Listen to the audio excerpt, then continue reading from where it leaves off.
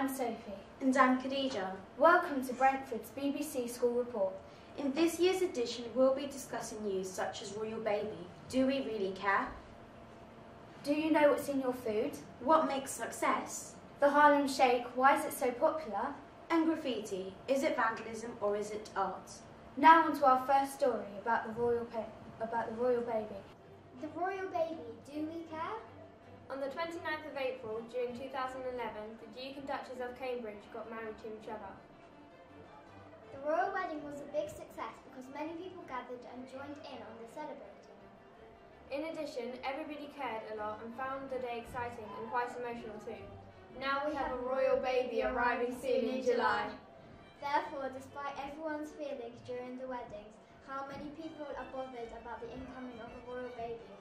Many people believe that the arrival of a new family member would have a stronger impact on the older ones and adults. Especially because it's to do with the royalty, which most grown-ups read about and watch. On the other hand, it can be argued that the younger children and students are also interested with the event because young children play games involving dressing up and pretending to be royal or ruler of the country. This shows that the younger ones are excited and take notice of these royal events. We interviewed a Year 10 student to see their thoughts and opinions on the arrival of a royal baby. Does the royal baby have an effect on you?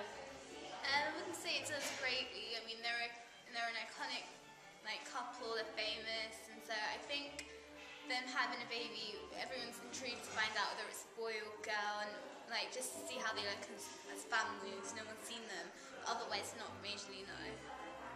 Here's a teacher's point of view on the royal baby. Does the event of a royal baby have an impact on you? I think it has an impact not only on me but us as a country, because the royal family play a big importance in our economy in terms of tourism, and the idea of them having a baby now will bring more to our economy. It is not conclusive on which range of age cares more about the royal event, mainly about the royal baby arrival. This is because many people have different thoughts and opinions on the event of a royal baby, and it does not depend on their age. It's mostly on their personality and how sensitive they are. Thank you for that report. Now for our next story about graffiti. Here's Sabrina and Victoria to tell us more.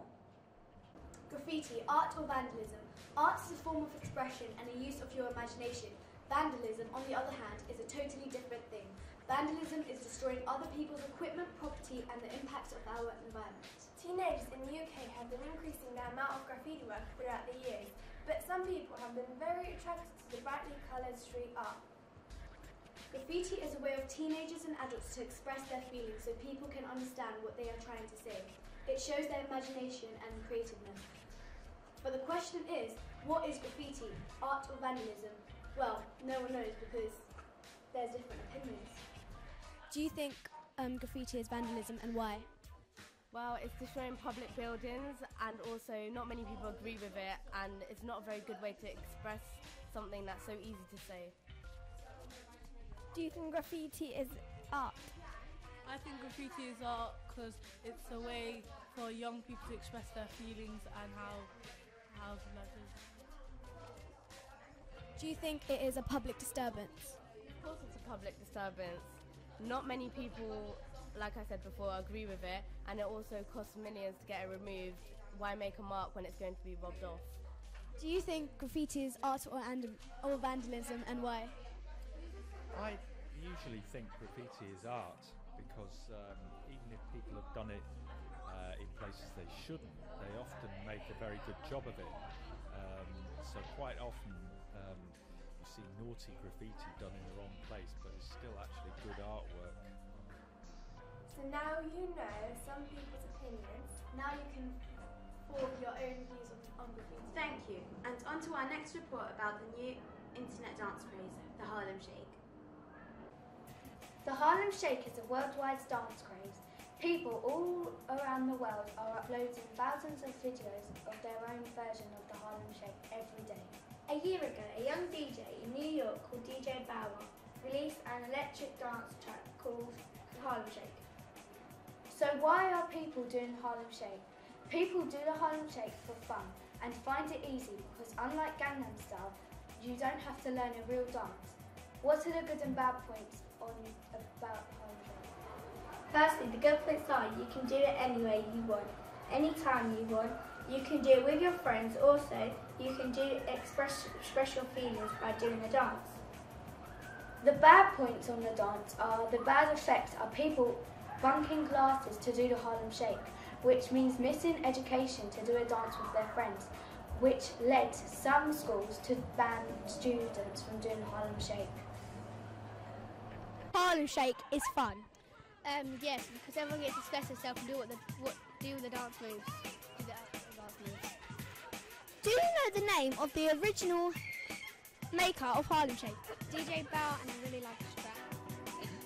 Would you miss your lessons to do the Harlem Shake? No, I wouldn't, because that's silly and the Harlem Shake's not that important in my education. Thank you. Bye. This has been Riley and Sophie reporting for BBC School Report. Thank you.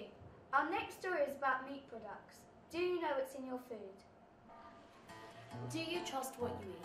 Recent studies have shown that some supermarkets like Lidl and Tesco's have been selling produce with false advertising.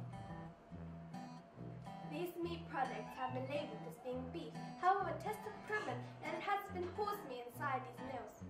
Not only this, but halal burgers and other meats have been labelled as halal, but have been found to have pig DNA, which is against the religion of Muslims to eat. This has outraged people across the world as they believe to be eating something they weren't.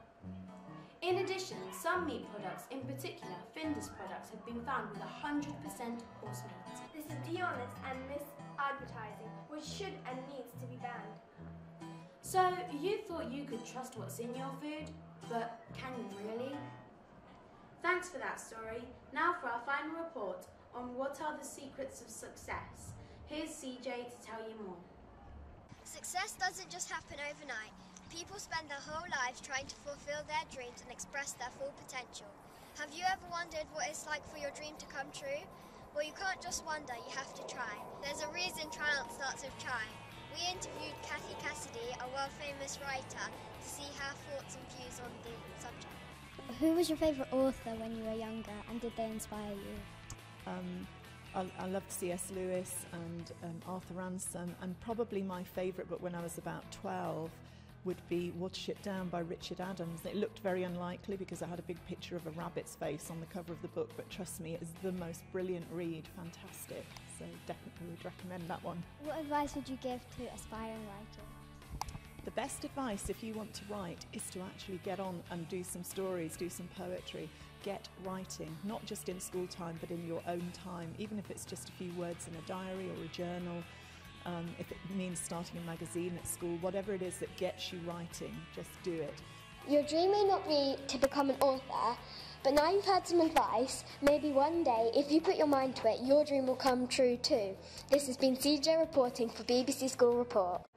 Thank you for that last report. We hope you enjoyed our show.